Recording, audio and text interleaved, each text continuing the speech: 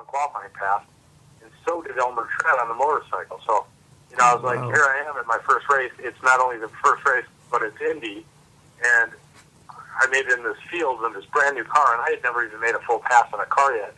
And Blaine gets killed. These guys were going to be the champs, and I was like, man, what did I just step into? It was insane, But when near the end, when we were qualifying, Shelly Anderson had a chance to qualify.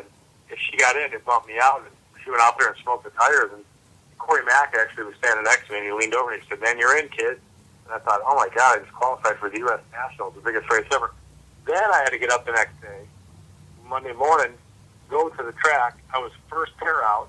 I had a single because Blaine had lost his life on that crash, and the Purdue University choir was singing Amazing Grace while I was getting in the car. So quite the way to be brought into a professional job. Yeah. And I'm sure, I'm sure it's not an easy thing either while you're sitting there, and I'm sure it's not an easy thing getting into the car the day after Blaine was killed. No, it's brutal. It was just, because, the guy was awesome, number one, and number two, you think these cars, you don't want to see that at your first race. Yeah. Every now and then, you hear of a catastrophe, but I lost a lot of good buddies now. These cars are fast. Yeah. They're phenomenal for the fans, and they're asking a car to produce a lot of horsepower and accelerate faster than a space shuttle. The person who's going to get in them, and the person has a chance to get hurt. You just didn't expect to see it at your first race. Yeah. Now we're jumping ahead again in time. We're kind of doing like a little timeline. But this year at Pomona, when Antron's accident happened, when he was okay, and when everyone saw the pictures and the gladness of the canopy, what was your expression that the canopy had most likely, like from what I understood, saved Antron's life? That's a really good question. I think you guys are doing a great job with your questions right now, but I was the next car to run, and I was sitting there watching him right in front of me. He crashed, and your initial thought is, because there's no way to try a canopy out. You can't throw it out of a truck because the truck's not going 300 miles an hour. And yeah. You can't dump it out of a plane because that's not doing, a plane. It's something that can only fall 100 and something miles per hour, so there's no way to try it except with Antron. I didn't crash him. Yeah. After that happened, and we didn't do that on purpose, obviously, but you watch it and you go, all right, and then he climbs out and you go, that's it. That's exactly how it was supposed to end. Not a piece of dust on him. He wasn't dirty. He wasn't banged up. He wasn't beat up. He was just surviving a horrific crash. And I think, at that point, of course, you still get the other drivers that are going to complain that, what if he was on fire and what if, but yeah. That was the worst crash we've seen in a while. The man got out of it without a broken pinky, so that's what those cars are meant to do. Yeah, there are a lot of what ifs, but like you said, like if he wouldn't have had it, it could have been a lot worse. Well, we don't know. Yeah, we can only assume. We've seen people die in a lot of crashes. We can only assume that in that situation, either in the worst case scenario, he was going to get dust in his eyes, and he didn't even have that. He went in the sand trap hard and backwards. Yeah, he burned and covered in dust. Worst case scenario, he had some burns on him, so he had nothing, man. It was like he got out of that car and got back in the car. Not only did he not get hurt, but they took the canopy off the car, sent it in to get checked up, repainted it, and it's back on his backup car without a scratch or a nick in it. Oh, really? Wow. Yep. The rest of the car is destroyed. Canopy's fine. Wow. And that's really neat that, because your team designed that, correct? My team, Mike Green, actually, and Neil, and the guys that work at the top of my team have been working on it for maybe up to 10 years, trying to come up with a way to do it right.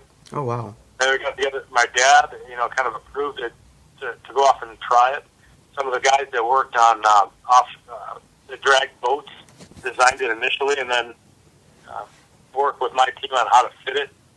And then Aerodyne took it over and has made it what it is, you see today. But my car coming out soon, the new car is actually going to be even safer. It's going to have a Formula One tub in it. I'm going to be wrapped up, so if I go upside down, it protects my legs. All we can do is make things safer, man. There's always going to be a way to crash and die, but we want to eliminate as many as we can. Yeah. Taylor, you got any questions? Well, I think I'm out of questions. Let's see here. I'm trying to think of anything. You asked some good ones. I do a lot of radio shows, and you guys asked some good questions, man. You did some research. I'm proud of you. Thanks. Thank you. You're actually our only second interview. So for us, Yeah, they'll get even better, man. It's awesome. Thanks. And so for us, it was really exciting, especially the other night when you gave me that call. It was really exciting. And when you wanted to do it, when you okayed to do it, it was a big thing. And so we really thank you for coming on. It was really, really something neat. Man, no problem, man. When you guys get the show going and everything's going smooth, man, call me back. We'll do it again. All right. Awesome. Well, good luck tomorrow. And like I said, I best to wish you... I cannot talk. Best the... Hooked on Sonic. Yeah. Yeah. But just good luck. All right, guys. What was that?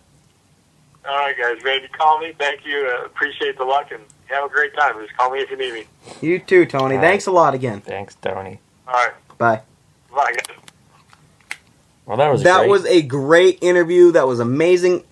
I honestly, after all the technical difficulties at the beginning of the show, it went well at the end.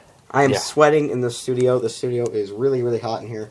But man, I tell you, I am shaking because of how well that went. I can't even talk. And You're talking. I know. We had so many questions that actually were not even on our question sheet. Yeah. We had done so much research for this interview because we didn't want to do anything wrong. We wanted to make sure it was good.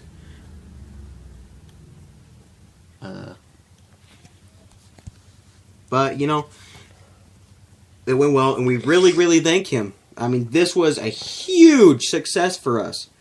I think it went well, and I like I said, I don't think it could have played out better. And it was a really, really neat deal, and I am proud of Jet Racing 365, and we are going to continue doing it, and we will. You know what? We're not taking sides here, but I'm really, really hoping he's such a nice guy. I hope he'll win the championship this year. He's got a great team, and like he said, it's unexpectable for what'll happen. Unexpectable. What? Unpredictable. So I'm pretty excited that went so well, and you know we'll definitely have him back on the show. Yes. You know, I mean, I am really, really glad that